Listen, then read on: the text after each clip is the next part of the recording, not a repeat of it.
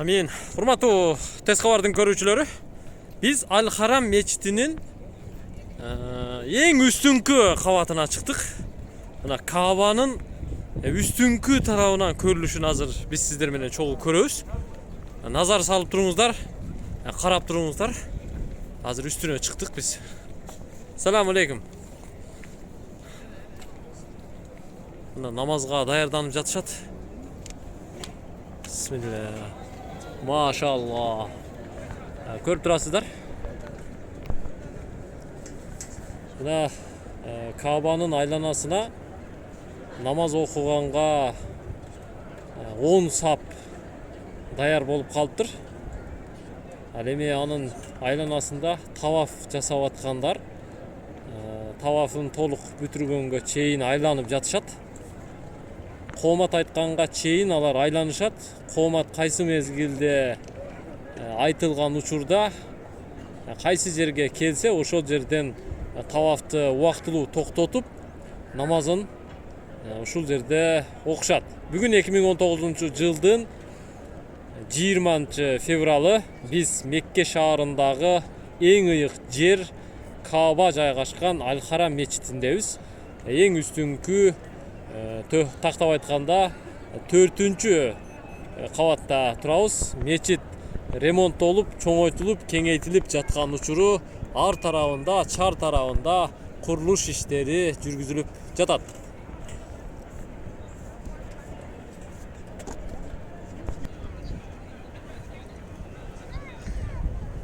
Азыр эле өзүңүздөр көрүп байкадыңыздар. Асыр намазына азан айтылды. Биз үстүндөбүз. Байкап туралы, көрүп туралы. Асыр намазына адамдардын келген саны көбөйүп жатат. Көрүп турасыздар.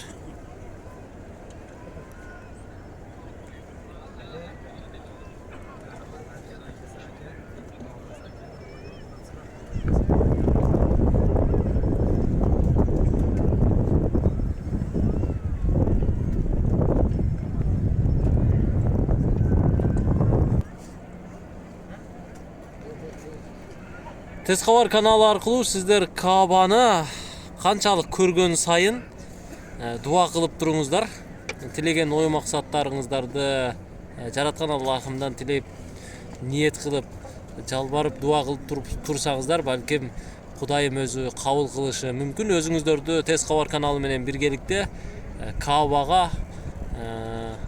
Ал-Харам мечитине Тез кабар каналы менен чогуу биргеликте келгендей сезиңиздер. Бул жерге келген биздин топто Айжылдыз фирмасы аркылуу 13 адам келдик. Башка дагы Айжылдыз фирмасы аркылуу келген башка топтор дагы ушул жерде жүрөт. Жалпысы ушул күндөрү 50дөн ашуун адам Айжылдыз фирмасы аркылуу бир күндүн ичинде ушул жерге келген учуру. Эгерде сиздер умра сапарына келгиңиздер келсе, умрага баруу ниетиңиздер болсо, анда түз эле 0552 50 00 74 телефон номерлерине чалып айланышып, Айжылдыз фирмасындагы Калыбек Үркүнбаев атындагы деген ажы башчыга кайрылсаңыздар болот.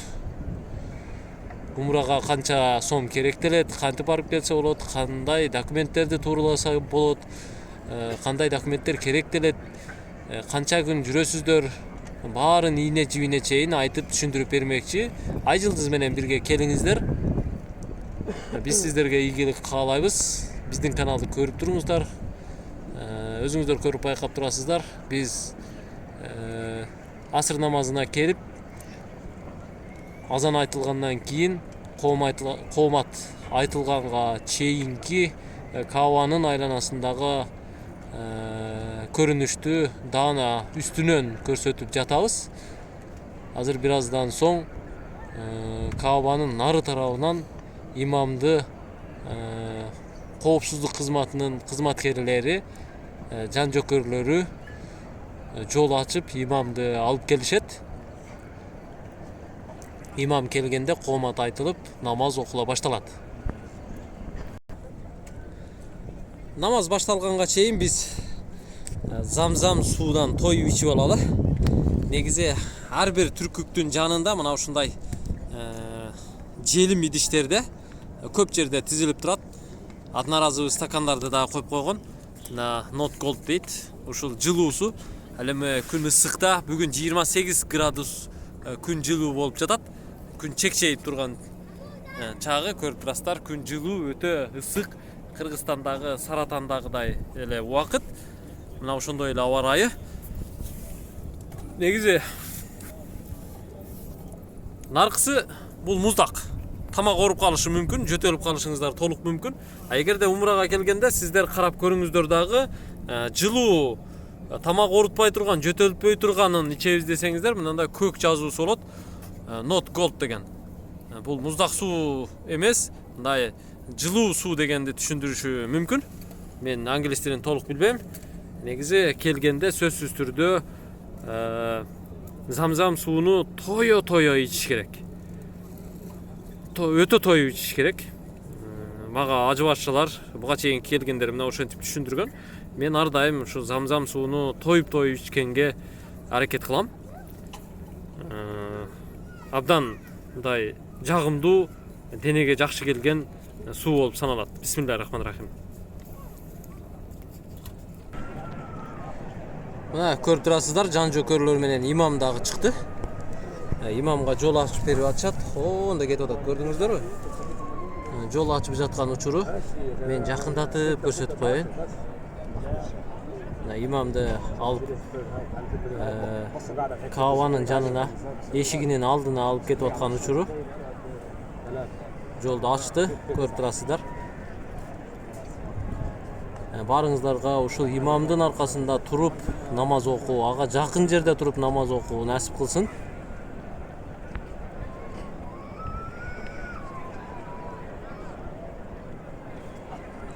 Айланып өттү, ошол жагында туруп, баягы ажыбашчыбыз айткан шише идиштин жанына, Каабанын эшигинин алдына туруп, ошол жерде намаз окуйт экен.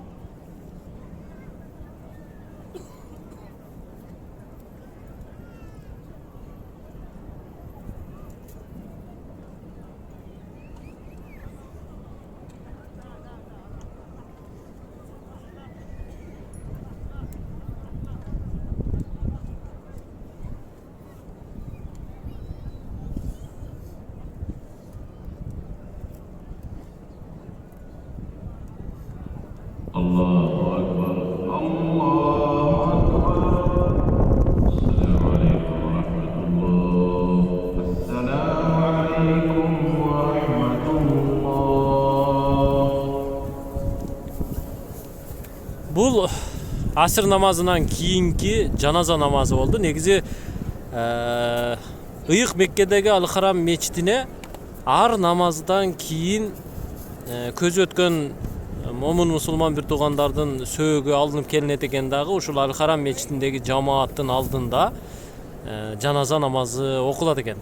Мен жанына барып көрбөдүм, бирок Бул жерге келген ажы башчылардын айтуусуна караганда ар бир намазда 5-тен 10дон адам сөөктөрү коюлуп жаназа намазы окулуп турат экен.